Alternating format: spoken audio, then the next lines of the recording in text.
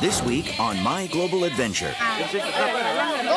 It was raining and it was smack in the middle of the early morning hours, which I guess is kind of fitting given that we were digging up a dead guy.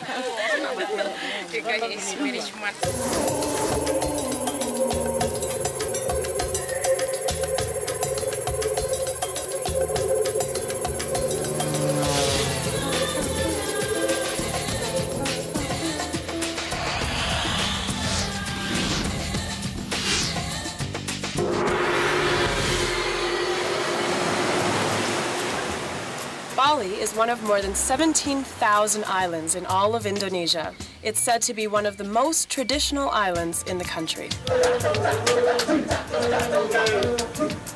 We've arrived at Ubud, a small community just north of the capital city of Denpasar. We're about to experience an essential part of daily Balinese life, the making of spiritual offerings. Okay. Watara is our guide and our consultant in all things Balinese. This is the most simplest offering, the simplest one, not complicated one. We're on our way to meet Watara's mother. He's very proud of her because she's well known in the community for her artistic offerings. Offerings are an essential part of Balinese life. 95% of the people here are Hindu, and they make fruit and flower offerings daily to ask for support from the good gods and to placate the bad ones. Yeah, very good. And she's my mother. Hello. Hello. This is your mom? Exactly. Oh, wow. In Bali, only the women make offerings, and when we arrived at the ceremonial house, there were all these women working. Some of them were working on mounds and mounds of flowers. Others were weaving coconut leaves together. They were all very intent on making things look just beautiful for a big wedding next week. Oh. Yeah, this is the offering for the purification, for the groom and for the bride. Okay. All the offering here, yeah, is offered not to the god, but for the soul of the bride and the groom. In the purification offering, we also put the young coconut like this one. The water of the young coconut is very important for purification ceremony. We open this one, yeah, and then we take the water and then we sprinkle the water to the bride and the groom. Yeah, the bride and the groom. Because it is quite, let's say, logically, the water is still pure, yeah? The water is not touched by something else. Offerings may contain rice and fruit such as mangoes and bananas, or even meat and freshly baked cakes. But no offering is complete until it's crowned with fresh Balinese flowers. Also, the flower has a special meaning that is a symbol of the purity of our heart, okay, the beauty of the universe. And it's usually only the women who carry the offerings, with deceptive ease, balanced carefully on their heads. Like this one. You would just carry it. I do put on the head, but because I cannot do it. But if she were to be taking this... So, like that one. You're kidding! Yeah, like my that goodness. one. Oh my goodness. They're like, oh, you're gonna lose it.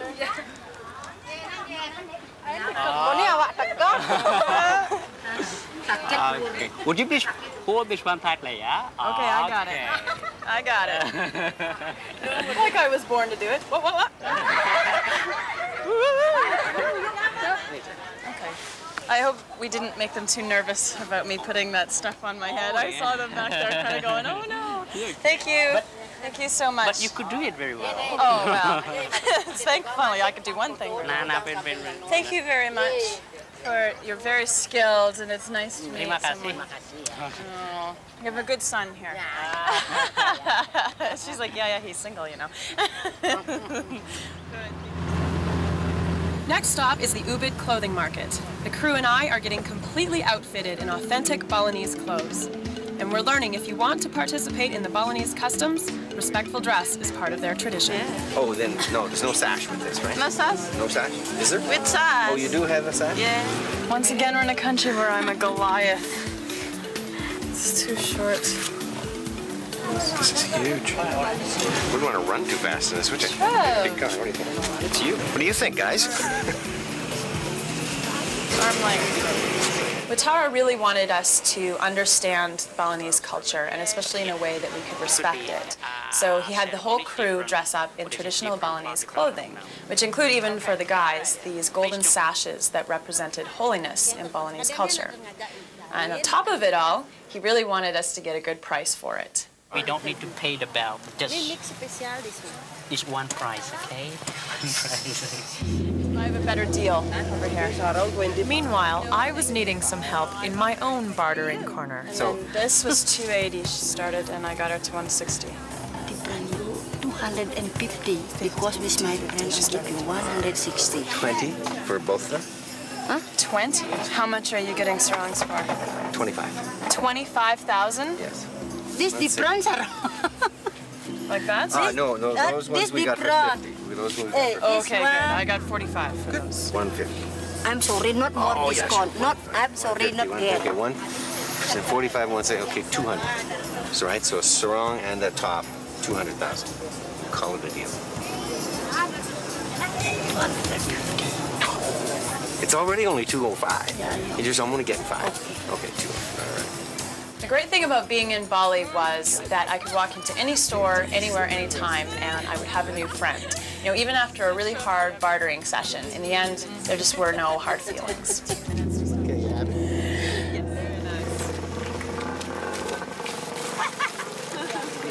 Watara wanted to take me to a temple where I could make a prayer for the success of our journey. And thanks to him, we all looked pretty spiffy in our new digs. And in fact, actually, I don't think I've ever seen the crew as ready for prayer as I did that day.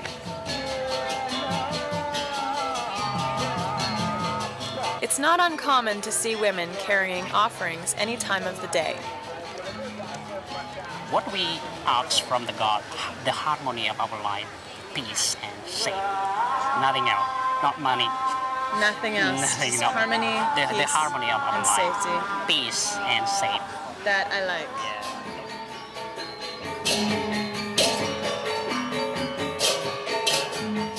When we pray, we just sit on the floor. It's open stage. Oh, anywhere. Yeah, anywhere here on the floor. I enjoy anything that brings people together, so this Hindu prayer session was no exception. The process of putting rice on the forehead and eating some of it is to pay homage to the goddess of rice. I mean, rice is at the base of everything in the Hindu tradition, and especially on Bali. So the fact that they welcomed me in to practice that, it felt really good that they let me be a part of that, because it's such a core of their culture and their tradition. I have rice everywhere. Digging up the dead in order to set the soul free. I am at a funeral ceremony, Balinese style.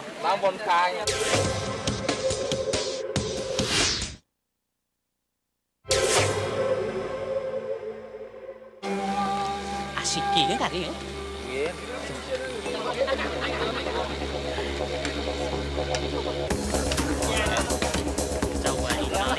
It was raining, and it was smack in the middle of the early morning hours, which I guess is kind of fitting given that we were digging up a dead guy.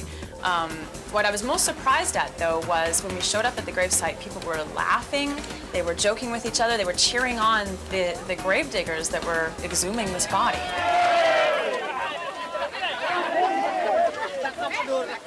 We can see nobody sad, nobody weeping, nobody mourning. Because we feel if we cry, or probably if we are set upon the dead, the soul of the body cannot go back to the source freely. I was really taken with the Balinese belief in cremation. They believe in order for a soul to rest in peace, its body has to be returned to its origin. So they burn the body and they scatter the ashes over the ocean. Sometimes this can happen right away, and sometimes they have to wait till they can afford it. With Tara's dad, actually, Watara told us that when he died, they actually had to wait 3 years before they could cremate his body. And you remember what that was like when his bones came back out? And it wasn't sad. It's hard for me to wrap my head around. I know, it's because you understand just that only it's being released. Few seconds Yeah, I was sad, but afterward, is it okay, no problem? Because I remember, so we are not allowed to be sad upon the bone. The man whose soul is going to be returned to its origin today is Mr. Ida Bagas Pututengan.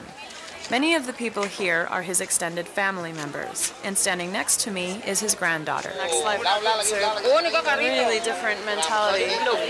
It isn't in a way, I mean, we know of heaven, but I think it's difficult to let go of people that we knew and to know that we won't see them again, regardless of where they're going. You know, it's easy to be happy for them, but it's strange to see that a memoir of losing somebody causes joy here. It's strange in a good way, I think. Mr. Tengan's bones will be washed and wrapped and then placed into this box, and the box is taken to the Temple of the Dead on the cremation grounds. And that's where everybody, friends and family, and everybody meets together for this giant procession. Oh, man. There's an energy here. If it breaks loose, we're all in trouble. I'm sticking with my newfound friends here that keep me out of the path of danger. I hope.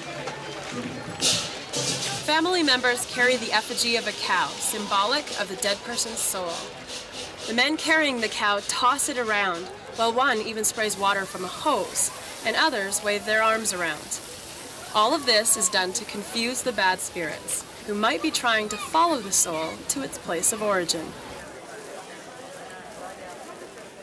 The one thing that I really liked about this ceremony was how the family will hold on to these red cords, which is supposed to help guide the spirit back to its place of rest.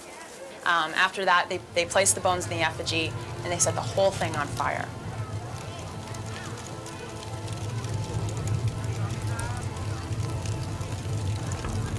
Tomorrow, the ashes will be dispersed into the ocean to be returned to where the Balinese believe they belong, back to the universe.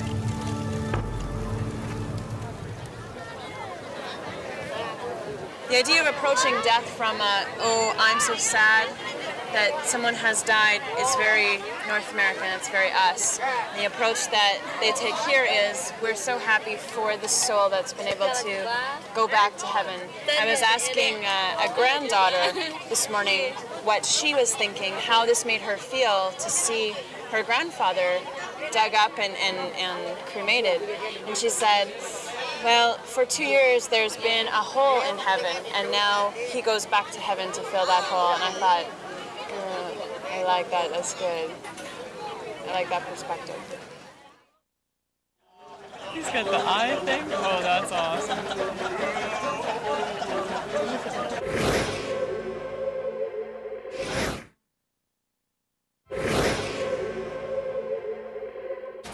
In Bali, they celebrate everything, not just people's birthdays, but buildings' birthdays, God's birthdays, any kind of birthdays. Today we're going to go to see a birthday of all musical instruments, basically, isn't it? It's like every musical instrument available, it's their birthday today, so we're going to go celebrate it. Probably makes sense that we are giving 1 million rupiah to this because it's every musical instrument. Yes, it is. And there are a lot of musical instruments in the gamelan in Bali, so good. Hi. Hi. Welcome to STSI.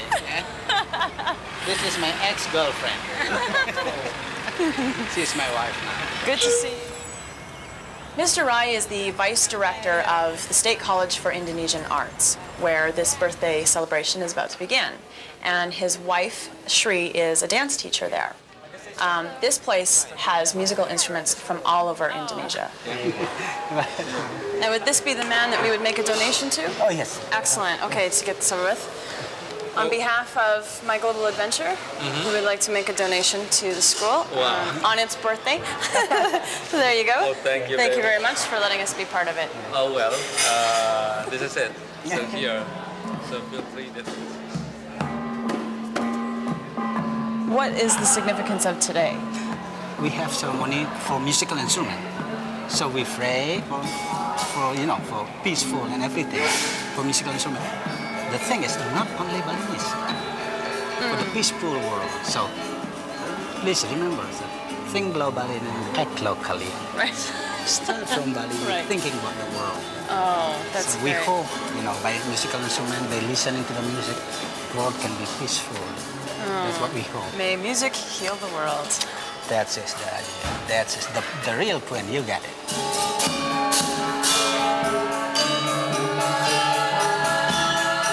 What really struck me about this celebration as we were sitting there listening to it was that there was just something about it that went deeper than just the music. There was like a pride and a love for this music that really just gave it a backbone. And the coolest thing about this place that we were at was that it wasn't just this museum with music on the walls. People were allowed to play it. I mean, you could come in, it was a living museum. People could just play it. And that, to me, was really connecting with the life and the tradition of Bali. I mean, it wasn't just music, it was a connection to that music.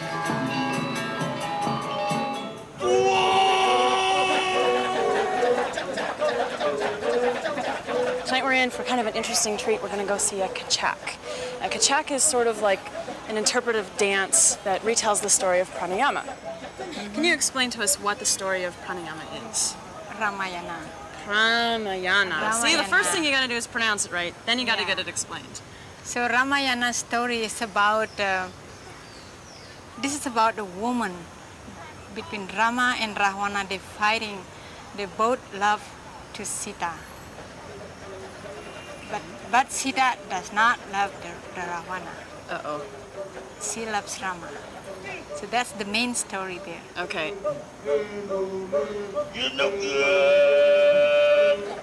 I really liked the kachak dance, mainly because there are no instruments. I mean, human voices are the instruments in this thing.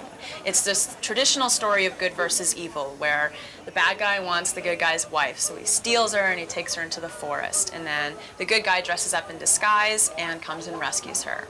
Shri told me that it was a traditional Balinese story. Sometimes in Balinese society, when your character is bad, don't be like Ravana. If somebody nice, oh, he's like Rama, or somebody, woman like very love her husband, it's like Sita. I found the actors' voices really impressive. I mean, these guys were not professionals. Most of them were farmers by day, and they would do this on their spare time. They weren't professionals at all. They just did it because they loved it.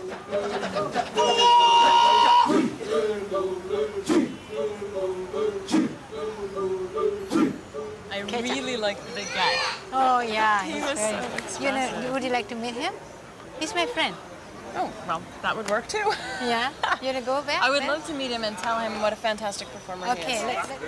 Oh, Mr. Ravana. Hello, nice to meet you. Fantastic, fantastic performance. Fantastic, thank you very much. That was so good. You were the highlight of the show. Oh, yeah. Sure. It was a thrill for me to meet the actor I admired most. He was larger than life and filled every part of the performance. Look at that face. Hello.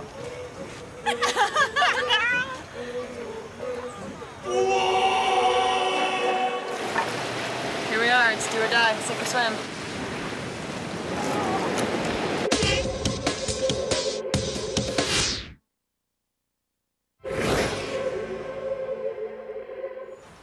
The only thing that could make Bali better is a good adventure day. I got my hopes set high. Cowabunga, dude, it's time to hang 10, shoot the pipeline, and catch a curl.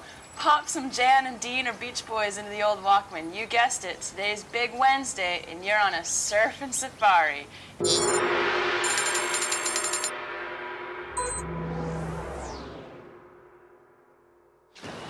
Hi. Okay.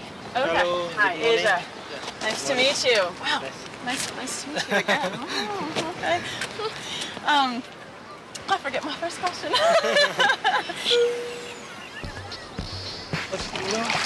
Oka is my surfing instructor, and I feel pretty good about going into the water with him. And not only for the obvious reasons. Oka has spent his life in the surf. Okay, well, you have your work cut out for you, because I'm a little nervous. Okay, I have two questions. Are there sharks? No. Okay, excellent. That's the first one. Okay, what about riptides? Riptides? Undercurrents? Yeah, some But here is okay, so I can, because the beginner, so I can look after you, it's no problem. See, I like the sound of that. Going out in turbulent water, and I have now strapped a piece of equipment to my body. Something about this just doesn't sound right. Here we are, it's do or die, sink or swim. A bit nervous.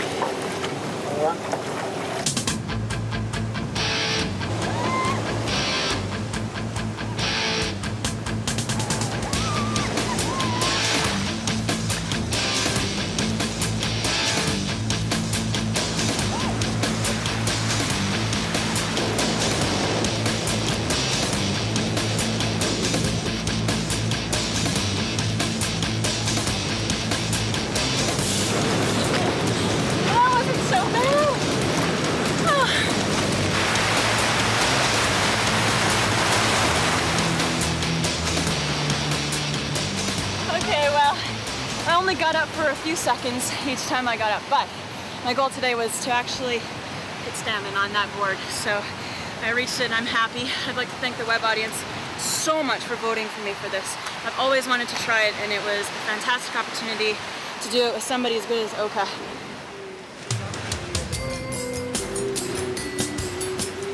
Meeting people in Bali like Oka and Witara taught me a lot about sharing myself with others. I think every time you go somewhere different and you learn a little more about another culture, it changes you just a bit. The Balinese are open and confident people. They share their beliefs without pushing them on you. I really believe more now that people can get along despite their different viewpoints. Bali definitely taught me that. Coming up on My Global Adventure.